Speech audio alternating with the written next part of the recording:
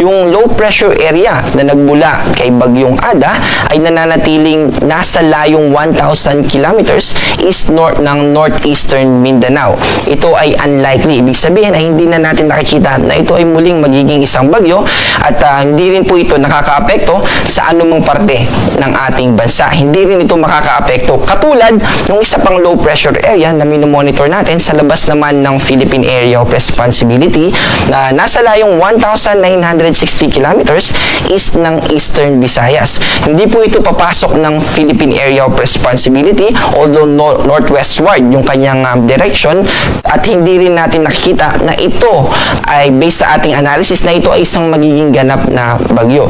Ang nakakaapekto po sa atin sa kasalukuyan ay yung northeast monsoon or hanging amihan na nagdadala ng malamig na temperatura sa malaking bahagi ng ating bansa. Dahil nga po dito sa hanging amihan ay umabot ng 11 degrees Celsius yung minimum temperature natin na na-record sa Baguio Station. At ganoon din naman 20 degrees Celsius dito sa station natin sa Metro Manila sa Science Garden, Quezon City.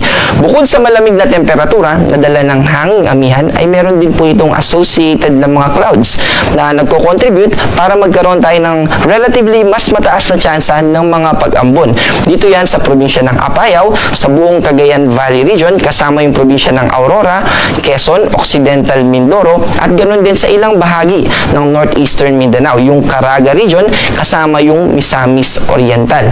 At bukod dun sa binanggit natin na may posibilidad ng at least 10 millimeters na pag-ulan for the next 24 hours, dito naman sa Metro Manila at sa natitirang bahagi ng ating bansa, yung mga hindi natin binanggit, ay mas mababa na yung tsansa ng mga pag-ulan. Although, posible pa rin naman yung mga localized thunderstorm or yung mga panandaliang pag-ulan sa ilang lugar lamang o localized na mga area lamang. Halimbawa, sa Metro Manila, ilang lugar lang sa Metro Manila yung posibleng makaranas ng mga pag-ulan.